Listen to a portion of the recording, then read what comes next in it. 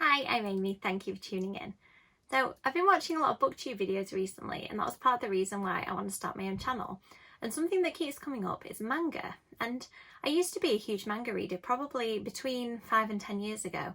I read manga of all different genres. I watched quite a lot of anime too, but partially because they're quite expensive and partially because I got into other things, I seem to have let manga pass me by. But actually it's a storytelling form that I really enjoy. I find it quite relaxing and quite satisfying because the books are short. I think that you can get really stuck into a story and read it in one sitting, which for me these days is quite unusual.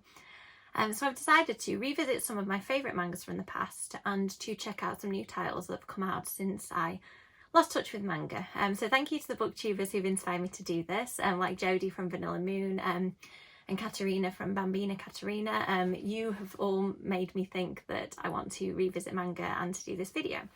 So first up, I thought I'd chat about some of my past favourite mangas, which I will be revisiting over the coming months, and then show you a few new titles I picked up.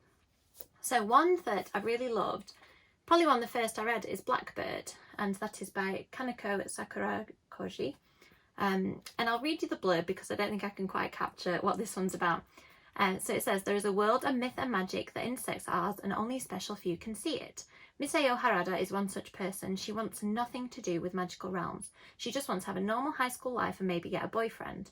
All that changes one day when she's attacked by a demon. Her childhood friend Kyo suddenly returns to save her and tend her cuts with his tongue.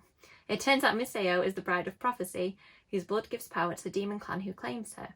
But most demons want to keep her power for themselves by eating her. Now she's just trying to stay alive and decide if she likes it when Kyo licks her wounds.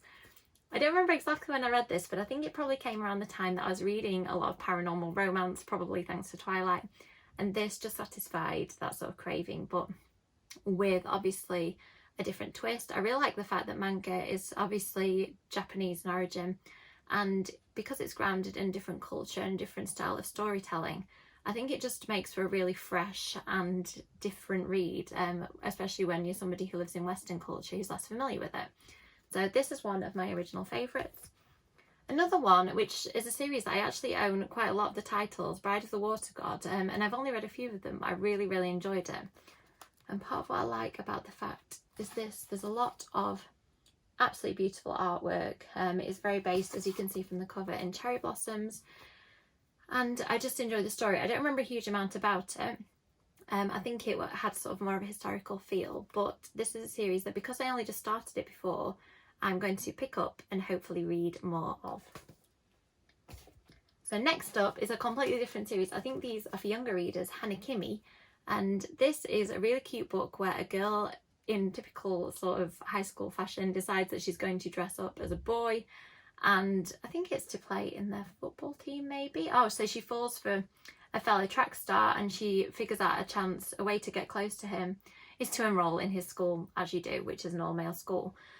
So it's a really cute, fun story. It's a very slow burn romance because in all the titles that I read of it, I didn't actually get to the romance. So I'm determined to reread these and maybe see if they do end up falling in love or not. So really, really cute books that I would recommend.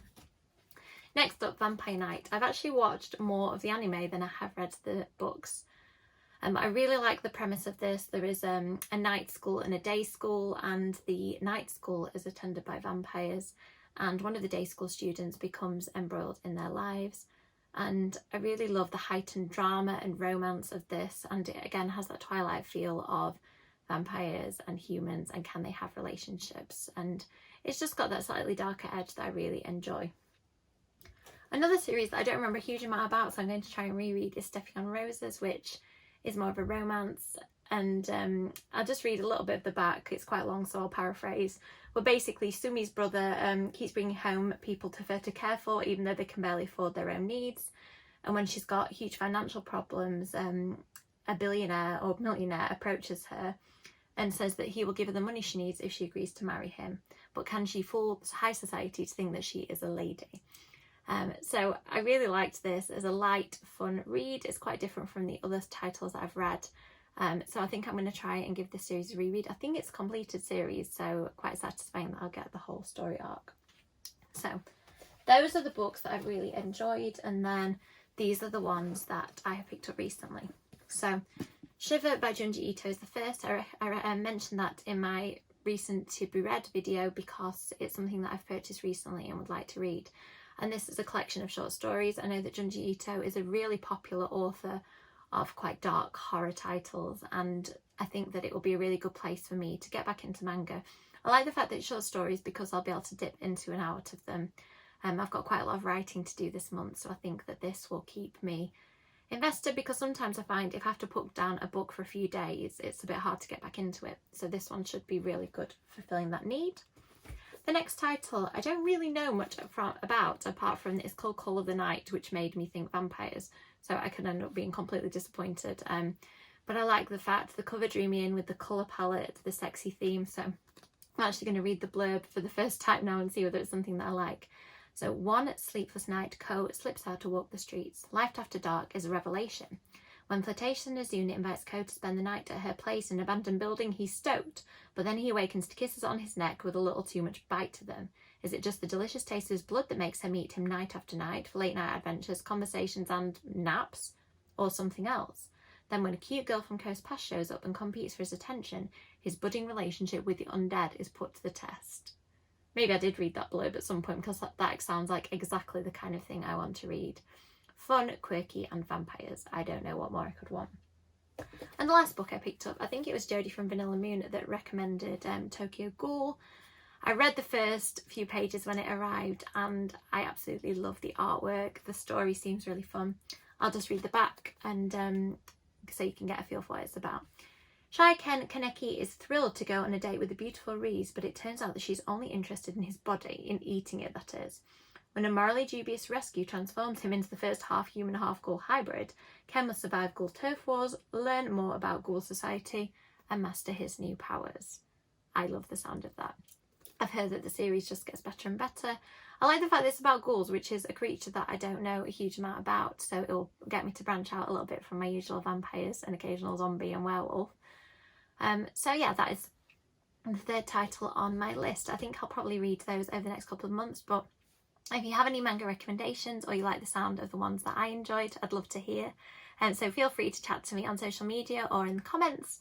I really appreciate everyone who's continuing to support this channel. It is still a small channel and quite new, but I'm really enjoying putting the videos together and coming up with recommendations. So thank you for new viewers and for people who are sticking with me, and hopefully I'll see you again. If you'd like to like and subscribe, that is really appreciated. And I'll have lots more videos coming up, such as author interviews, talking about books I'm reading and giving a few insights into the writing process. So thank you for watching. Bye. Thank you.